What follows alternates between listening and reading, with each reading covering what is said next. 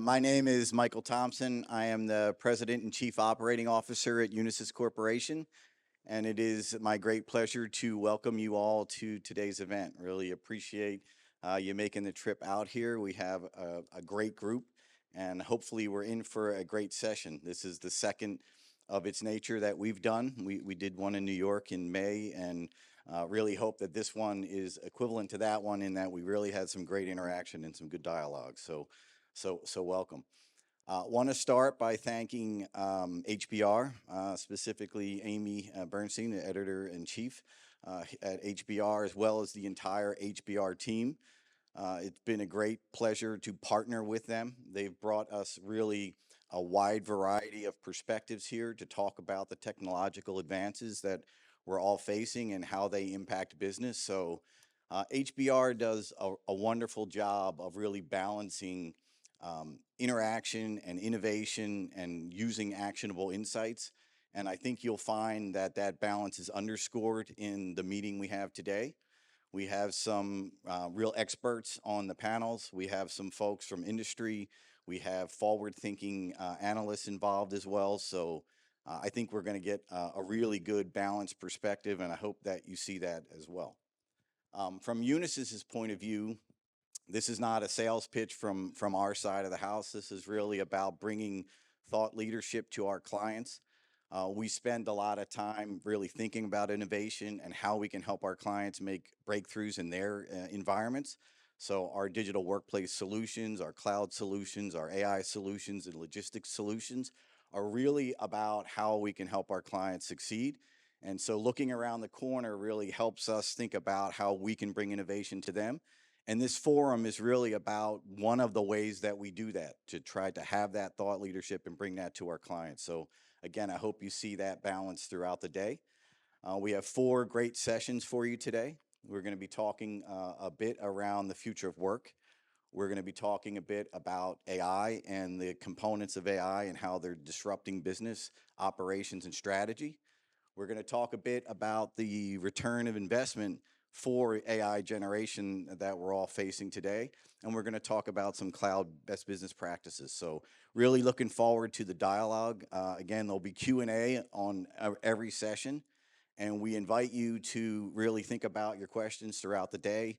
Bring them up to the panels, because this works a lot better if we have the dialogue from the perspectives of everyone in the room. So please feel free to do that.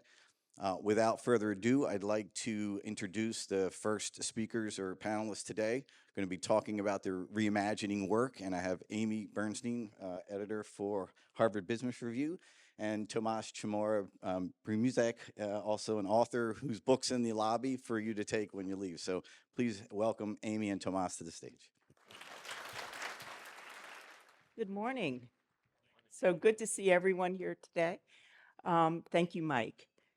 Well, let's just get started with the topic that none of us can help thinking about 24/7. Let's talk about AI and the world of work. Tomas, set the stage for us. How is AI, and I'm not just talking about generative AI, how is AI changing the world of work? So I guess if we want to discuss more than generative AI, we can think about the various other forms of AI in which people have already been impacted at work before, the recent explosion of large language models, OpenAI, ChatGPT, etc.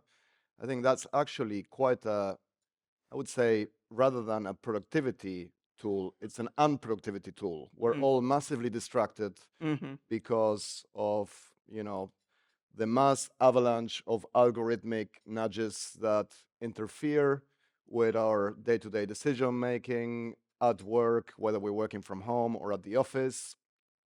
And I think that side, clearly has a positive element, which is to make our decisions more data-driven. If you think about AI as something that translates data into insights, and AI being a prediction machine, as another great book that we have on the stand is titled Prediction Machine. And now going on to generative AI, I think that's a production machine, and it automates the passage from data to actions. And that fundamentally changes how humans are adding value at work within their current roles. It's the automation of intellectual production, of creative production, and also of human mediocrity.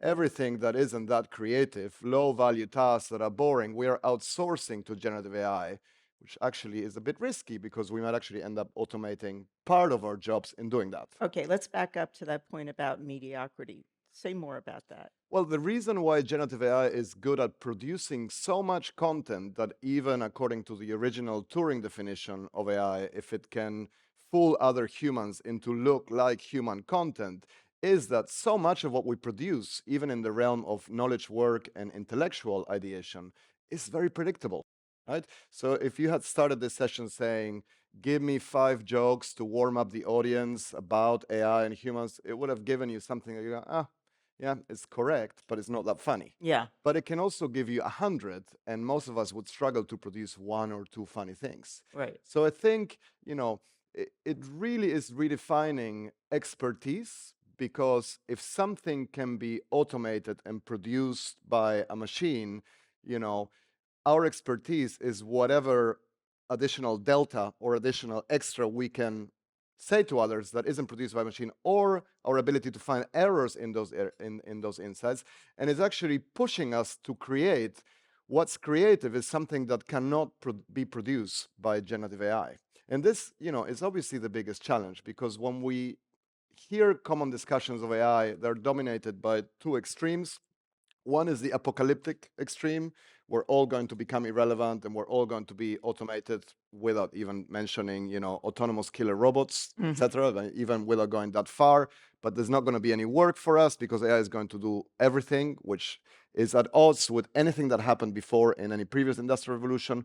But there's the utopian side of the argument, which is we're all going to see massive productivity gains, which we haven't seen either. Right. Even this one is now being diluted to, well, the productivity gains aren't going to be coming directly from AI. AI is going to save us time, and therefore we're going to be more productive or creative by reimagining how we work. So what technology enables becomes a massive management and HR challenge or a leadership issue. Right. And that's, you have to incentivize people to reinvest the time they're saving on adding value in a different way. You have to motivate them. You have to reskill and upskill, which I think is the number one challenge for organizations today. Yeah, I want to get into that, what at HBR we would refer to as change management, because we are talking about a tidal wave of change, right? Yeah. So when you talk to clients about how they manage the shift from, work in 2023 to work in 2028, when we will be working alongside algorithms, when maybe there will be killer AIs out there, Yeah. maybe not. How do you advise them to handle that? People are scared. They find the idea of trying to embrace AI very daunting. Yeah. Help them. Well, I think the general state of mindset and emotion now is, perplexity and confusion. And again, I see a mix of attitudes and approaches. One is investing on AI with a naive illusion that it's somehow automatically going to translate into productivity gains. Strong banning AI because it's evil and we don't want to deal with it. Also naive, because people, if you ban it, then for sure you're going to drive adoption up, right? If you make it illegal. How would you even go about banning it? Exactly. You can stop it from your, work servers and computers, but people are going to use it. They have it in their phones. Correct. And actually, The Economist had a very good article on this a few weeks ago, that most of the generative AI use that happens at work happens in a clandestine way. Why? Because if people are saving 30-40% of their time, basically through generative AI, they're not going to run to their boss and manager and say, hey, you want to keep me busy for the 30 or 40% time? They want to pretend that they're spending the same amount of time before. So technically, they're being more productive, but not by achieving higher output. They're achieving the same output with less input, which is a way to increase productivity that employees care about, but not organizations. And so then in the middle, you have the ones that actually care about change management. And they understand that, for every dollar you invest in technology, you have to invest probably 4 or 5 on change management. everybody is saying, reskilling and upskilling is important. Since generative AI took off 2 years ago, I haven't seen learning and development budgets triple or double. They are the same. And of course, change is a big challenge. Everybody loves change until they have to do it themselves. And organizations, they don't even want to change. They want to have changed. They want to Right. be at the end of that. So that's a real challenge. And I think, it might be that in the end, you get some kind of neutralizing effect between the distracting side of AI, and then the one that could basically elevate our productivity or output, but is not leveraged because we lack the human factor. So, well, before I ask my next question, Mike mentioned that we'll take questions at the end of this session. So please note down whatever comes to mind, and we'll pass mics around in a little bit, in about 20 minutes. So, Tomas, during the pandemic, we all got used to change, right? It was an immediate and dramatic change. We all went home. We learned to collaborate using a variety of tools. And we focused a lot on flexible work arrangements. A lot of organizations have struggled with that flexibility, particularly since the pandemic is, for the most part, behind us. Mhm. Talk about how the emergence of AI is going to affect the flexibility that so many employees have come to expect and demand, Mhm. and that it's been a little bit hard to manage for organizations. Mhm. So here, I'm going to be more prescriptive than predictive. Go And for I'm it. generally, not very comfortable with predictions. Before you asked about 2028, that's too soon. If anybody's interested in becoming a prediction guru, always pick outcomes that are at least 50 or 100 years in the future, by which time You are everybody very is dead wise. or forgot. So 2028, let's stay away from that. But I would say that there's a real opportunity for this shift that became quite obvious when organizations started to digitize, which is to create, data repositories of information. And then they embraced people analytics and data science to become more data driven. And now they have AI to basically automate a lot of that kind of data driven decisions. There's a real opportunity still for organizations to become more data driven, particularly around how they quantify or measure the value that employees add, and especially managers and leaders add to the organization. You need to do that in order to really make hybrid work work. Mhm. Because if not, we're still focused too much on input, which is why even after being forced to work from everywhere in the pandemic, a lot of organizations are returning to wanting people back in the office. Why? Because it's a lot of work and extra effort for managers to have to create scorecards, KPIs, and connect input to output, and tell people, okay, here are your objectives, here's the feedback. I don't care where you are, I'm going to see what you deliver. That's a lot more work than walking around the office and seeing your employees, who, by the way, they all look really busy when the boss looks there. So the boss is like, wow, I must be such a great boss. Look, Mhm. everybody here is so focused, right? Minimizing whatever they're doing there. And so the issue is that a lot of the time people are spending at work is not spent on job performance, is spent on the performative aspects of job. People talk a lot about work without job without works. Mhm. Yeah? I think there's also work without jobs, which is what people spend time not doing when basically it's a lot of impression management. And AI can help us evolve from that to a model in which we basically incentivize people to deliver something, and we have not managers, but algorithms actually quantifying the output and giving them feedback, which sounds a little bit sort of Orwellian and Big Brother-like, but actually, it happens today. If you think about an Uber driver, is fully managed by an algorithm. That algorithm is a lot less biased than a human manager. It's very data-driven. It elevates their performance, even gamifies, the Mhm. feedback that they have. And it might feel dehumanizing, which is a different issue, because efficiency is the enemy of humanism and a humanistic culture, and it can be dehumanizing, but it's accurate, it's fair, and it can beat any human manager. Not least because even if you are a good human manager, you can have a day off, you're hungover, you're depressed, your cat died, something happened, your football team won, you're too ecstatic. All of this makes your performance very erratic.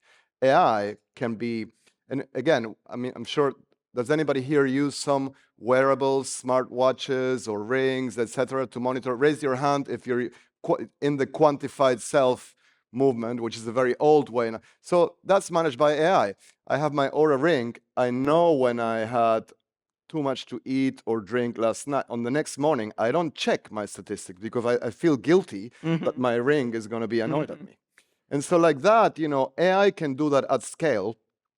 And that means that managers and leaders shift to a different role. So I want to go back to something. You're talking about how AI enables us to measure output, Yeah. which has been a bit of a holy grail Yeah. for a while. And we have been using the 9 to 5, 5 day a week model, which is a relic of the industrial age. Do you think that this is going to help us push past the industrial age work model that we've all been kind of struggling with?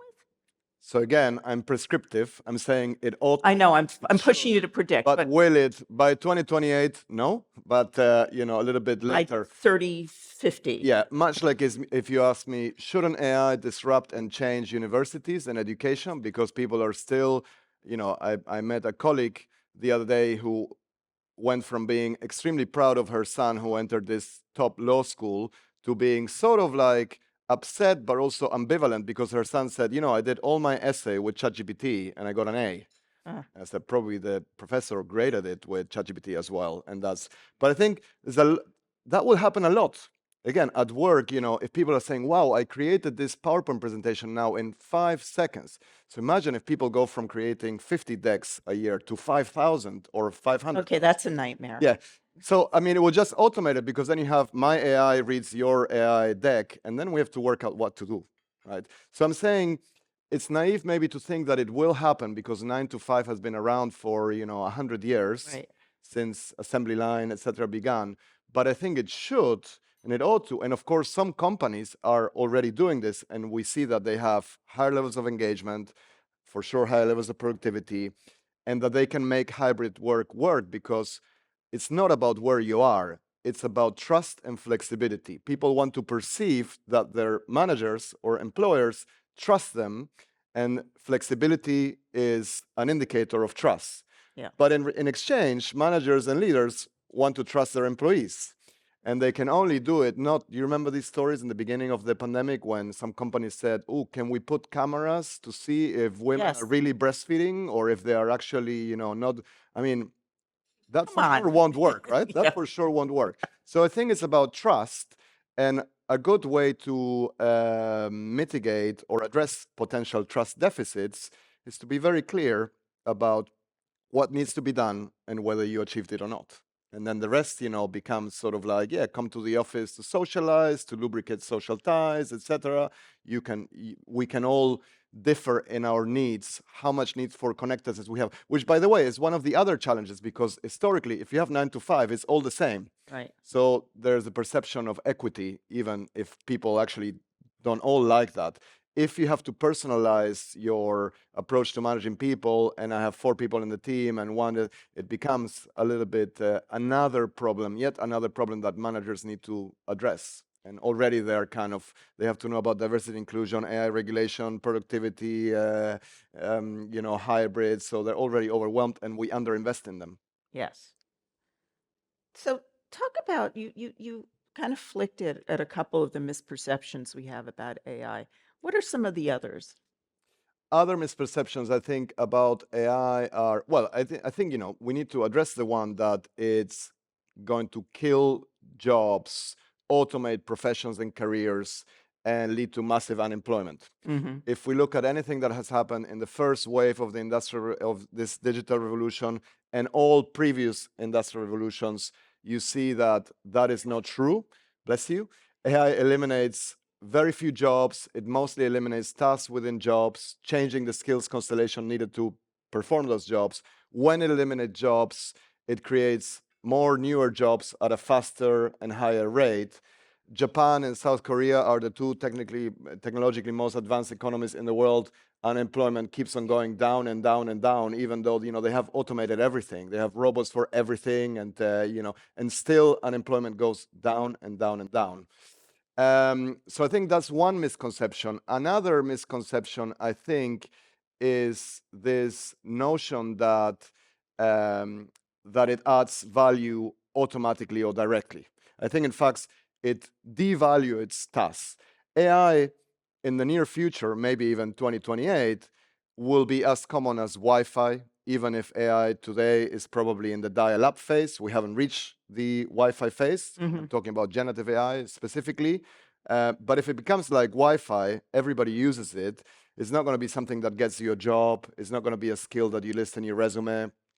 It's just something that we all have, but what you do with it is the defining thing. So actually, it revalues human skills and talent, even if it reframes the parts that are considered talents. So it is true that we're all less likely to lose our jobs to AI than another human using AI if we don't, but it is also true that even if we don't change jobs, we all should have thought already of how we reimagine our current jobs and how we're adding value.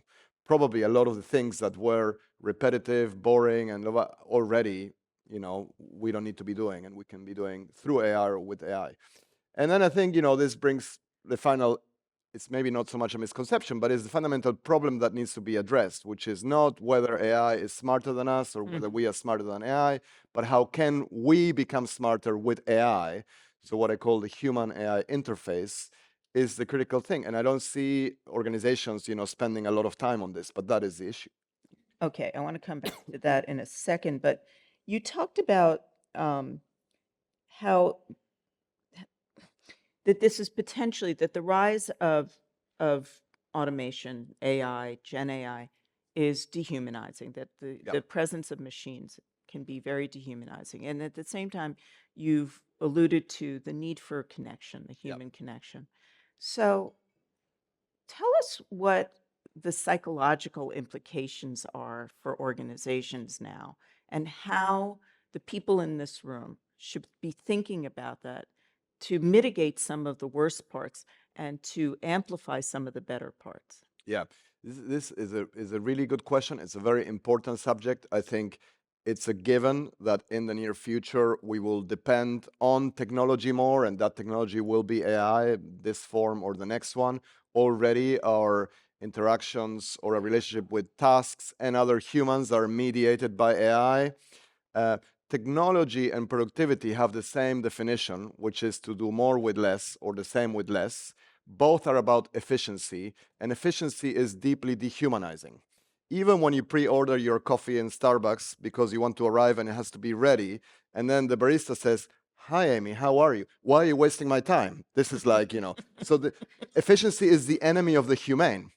And if companies are just optimizing for productivity and efficiency, you go back to assembly lines 100 years ago in scientific management and engineering, where we treated factory workers like, Cogs. exactly. Yeah. And now that's happening, there's a risk that that happens with knowledge workers. Right. And then even though, and besides, I'm sure some of you are familiar with, Daniel Kahneman's and Tversky's famous work on System 1, System 2 thinking, right? System 1, how we mostly make decisions. It's rapid, it's intuitive, and it's irrational, but we all do it, right? And that's the nature of biases, prejudice, etc. That was automated already in our brains. But now with generative AI, you automate System 2. So there's a real risk that we don't even think anymore because thinking can be automated, right? So if you have that, and on top of that, you have deep fakes that are so good that you don't know, like, I think now I'm dealing with you, Amy, the human, and you think the same, but if we were in virtual... Don't be fooled. Yeah, Don't be exactly, fooled. exactly, Yeah. exactly. Could all be a Cartesian delusion or Yes. something.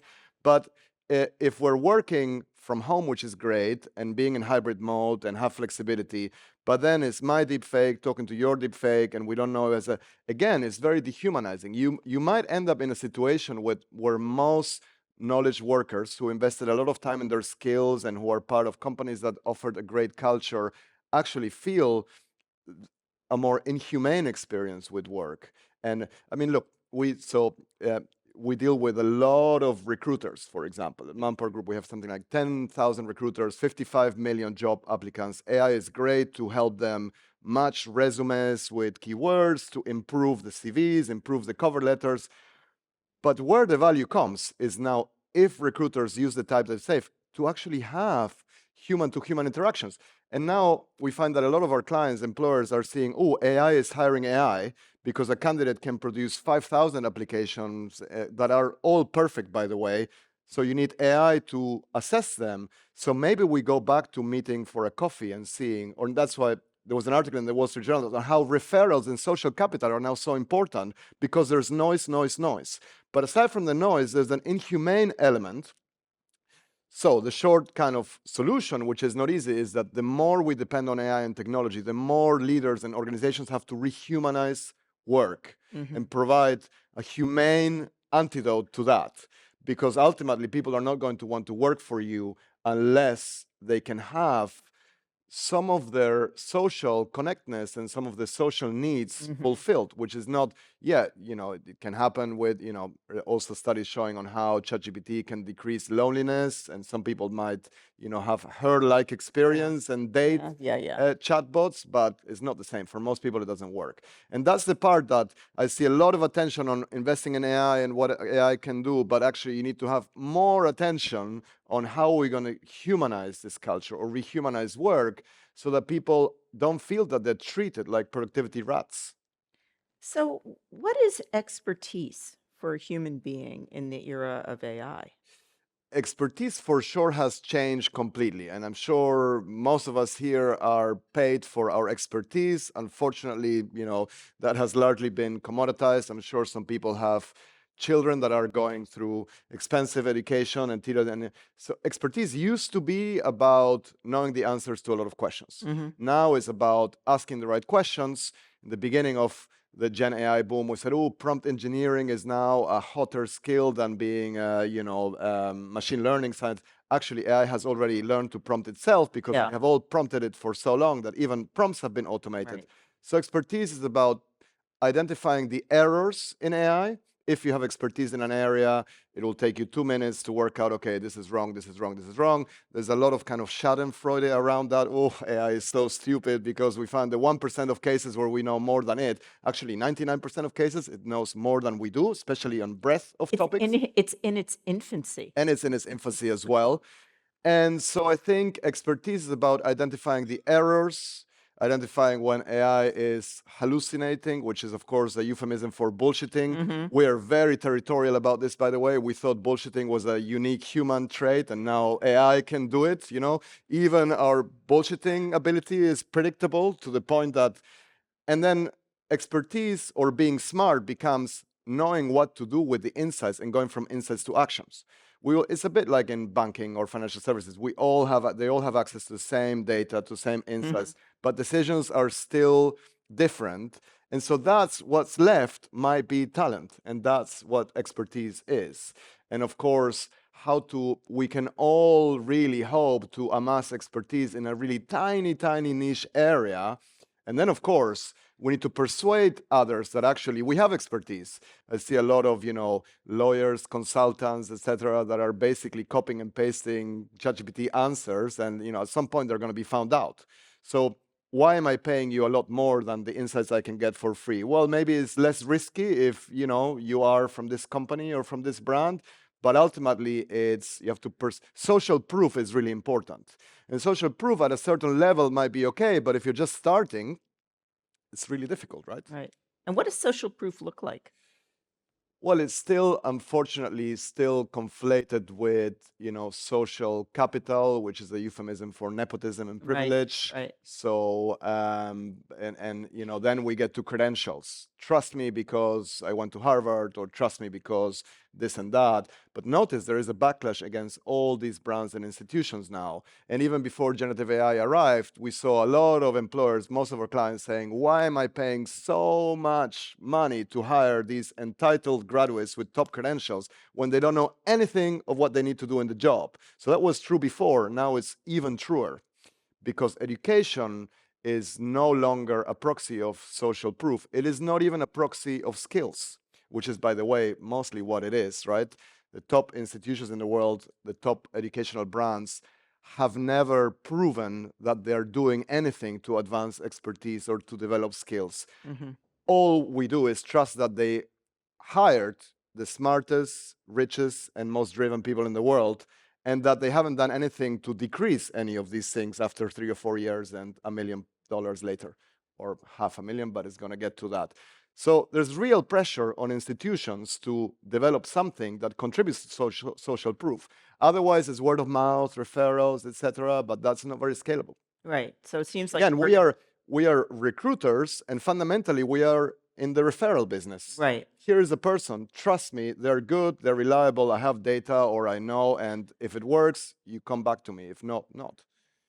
Well, before I ask Yeah. one more question, I just want to remind our audience that we will be coming to you for your questions in a moment. So get ready. And they can use generative AI to source questions if Right. we're inclusive even with AI, so invite. But we'll use our expertise to Of sort course. them. Okay. Of course. So, Tomas, what is leadership then in the age of AI?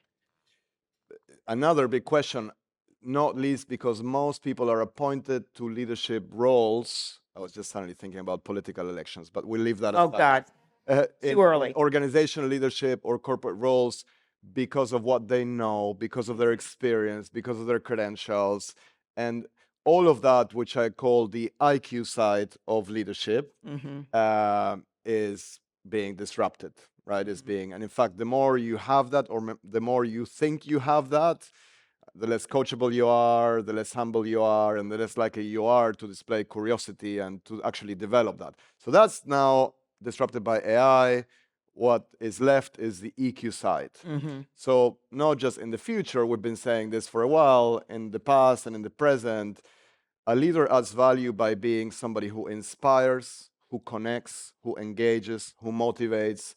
Very different from, the traditional MBA-like IQ leader. Now it's going to be even harder if you don't have people skills, if you can't connect with others, if you can't display not just human but humane skills. Basically, the stuff that AI is unlikely to replicate or imitate. I say less likely because we've seen examples, for example, in the US, big study with a lot of physicians, doctors in top hospitals. They outsource patient communication to ChatGPT.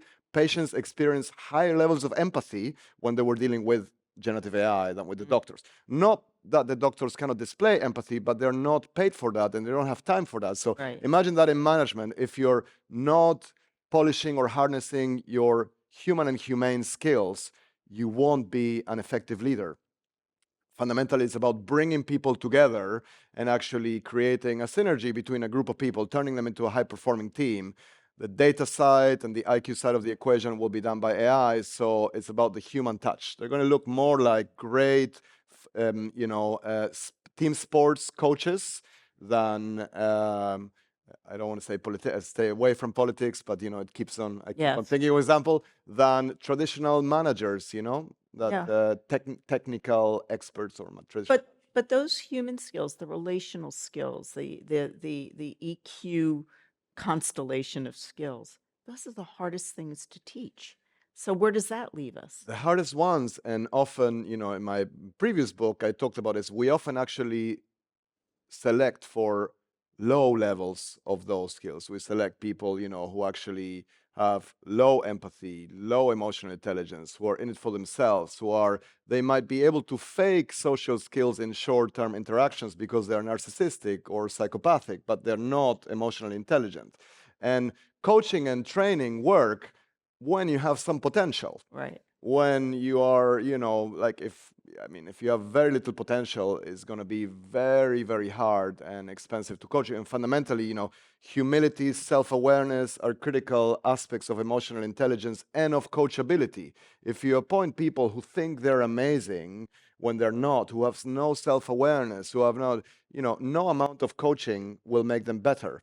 I'm reminded of a Max Planck quote when they asked them, how does science progress or science evolves?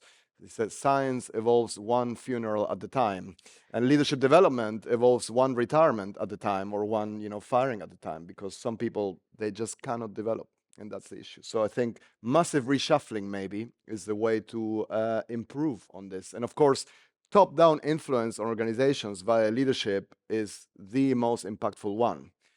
Grassroots movements or bottom-up impacts, it sounds nice, democratizing everything, but it doesn't really create that much change. Right. But the top down gives the opportunity to leaders to model the Yeah, exactly. behavior. So I guess the challenge is to, or the rational position would be as an organization to know that you don't know. I don't know what the future is, but I think if I appoint more people into leadership roles who are smart, honest, and kind, and who have curiosity and people skills, and who are humble and ethical, they'll probably figure out more than if I have the opposite type of leader. My gosh, and talk about attributes that are hard to assess, right? Hard to assess, we pay lip service to them. I think not so hard to assess, but I think we don't really want to select for that. Right. And it's self-perpetuating because a lot of the people who are the status quo don't have that. So, competence and incompetence trickle down. All right, on that note, let's go to your questions. If you'd raise your hand, we'll run a mic over to you. Let's see. I see a gentleman right there at the center table. So Joel Raper, I have the pleasure of leading our digital workplace services at Unisys.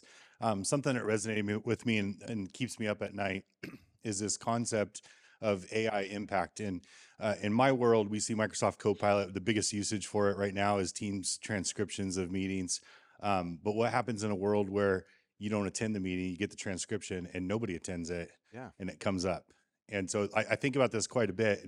And the other concept, and so just your thoughts on this, was we have a partner of ours that said that they use AI for most of their contract creation.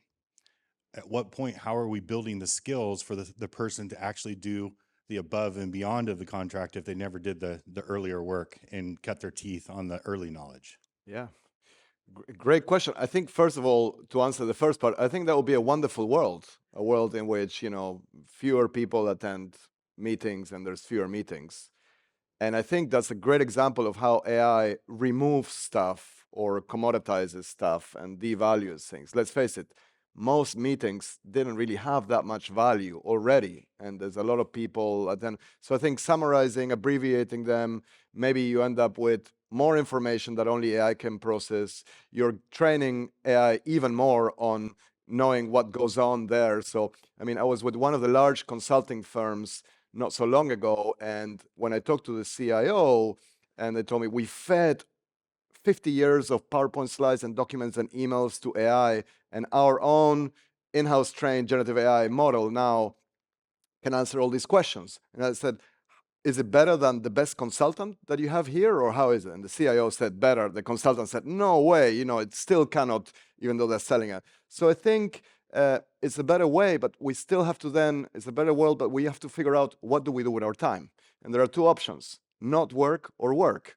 The work one is tricky because you have to see in what way are we going to invest our time? What are the new indicators of input activities that probably requires reskilling and upskilling and re-incentivizing? And then you have the not work, which is, it works for a lot of people. Most of the difference, by the way, in productivity that you see between Scandinavia on one hand and then UK and Japan on the other, there are no differences in total output. There are differences in input. The best way to become more productive is work less. And of course, in 1915, I think Maynard Keynes said that by the year 2010, technology would have been so advanced, he was smart to predict 100 years into the future, right? But we can check, because he was very famous, that the average human will only work 15 hours a week. I'm sure that's not true for anybody here. But in theory, we could get to that. It would just not increase output. It would just basically decrease input. Next question. Hi. Really good speech, thanks. My name is Thomas. I'm GSK Generative AI Accelerator, head of one.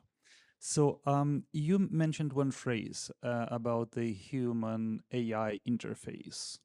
And can you dive a bit deeper into this topic, but avoiding getting into the science fiction movies? Okay.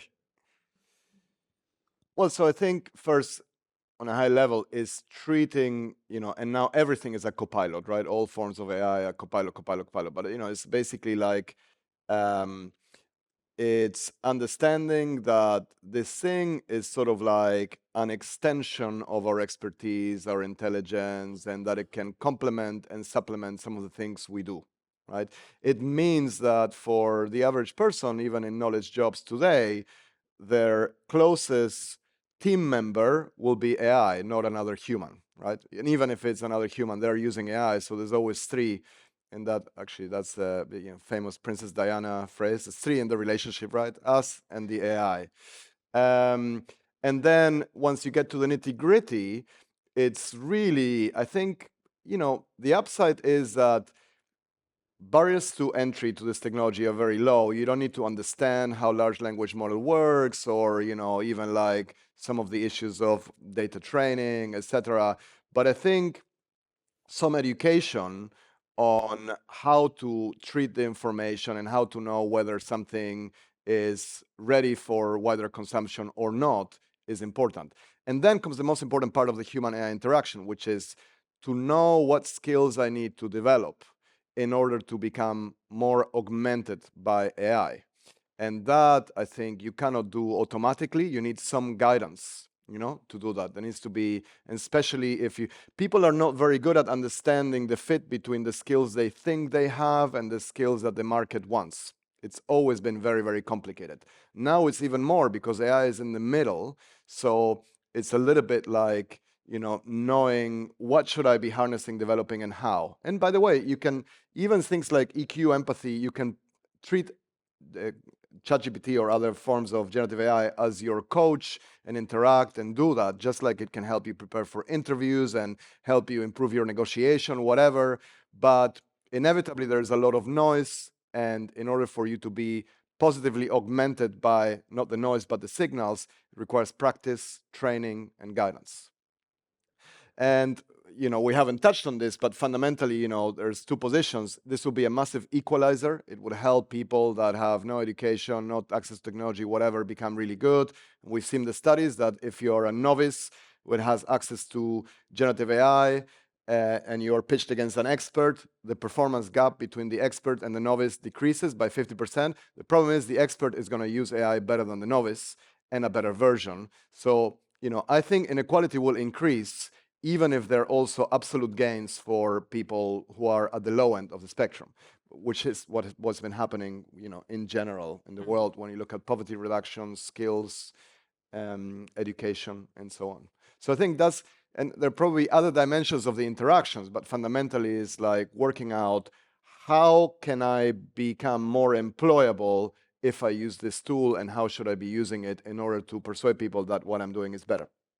Really informative, and I love the insights about leaders. And my question is about the people in change management. You spoke about, Yep.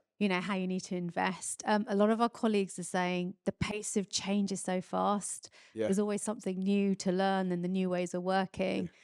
What's your advice on how you would, how you avoid the burnout? How do you keep your teams motivated? Because they're delivering, but at the same time, they're having to learn something new. Yeah, really hard. And, I think we've been saying the pace of change is accelerating for a while, but now it really looks like it is. And, I sometimes, I see the response to that is basically, okay, I'm not going to do anything at all because it's going to change a lot. And actually, it's not that stupid a position, between that and jumping in right now and then 6 months from here is old. Of course, I think Peter Thiel said, like, the optimist and the pessimist are the same, because one says everything will be great and all right, and so I don't need to do anything. The pessimist is like, oh my God, everything will be terrible, so I don't need to do anything. I think sort of like being moderately a mix of both is the right position, but investing in mid-level managers, I think, is the most important, probably the smartest thing to do right now, because they are responsible for engaging people more than anything else. They're responsible for allocating resources and work more than anything else. And it's at that level that I think you can make more of a difference. And it's at that level also that burnout or distractions, etc., happens. And there's the incentivizing, the reskilling and upskilling. But I think right now it's really important to ease some of the anxieties and the fears that AI is generating. Because the same companies that are saying, oh, we believe in augmentation, it's not going to automate, are then firing people, right? And that's the message there is a little bit ambivalent and is not reassuring. So I think there's a lot of anxieties around AI that you need to address, even if the position is, we don't know where this is going, but this is what our assumptions are, what we're planning for, and this is why we believe you need to be part of this journey, and this is what we ask from you. And otherwise, change management doesn't really change. What makes change management effective or not is what always made it effective or not. You don't need a new type of change management for the AI. In that sense, it's just the challenge of the day. So you mentioned, I just want to follow Yeah. up on one thing, the reskilling and upskilling. Of course, there's technical skills involved, but there must be the relational skills as Yeah. well, right? So what should people be investing in exactly? It's mostly about soft skills. It's Yeah. mostly about things like empathy, EQ, curiosity, critical thinking, understanding. The capacity and the desire to understand is so important because AI, generative AI, is really good at explaining everything without understanding anything. Well, some people are like that as well, but Right. it's Right. and all of these things, and to ignite the desire to think is so critical, because if not, we're going to automate ourselves, basically. Mhm.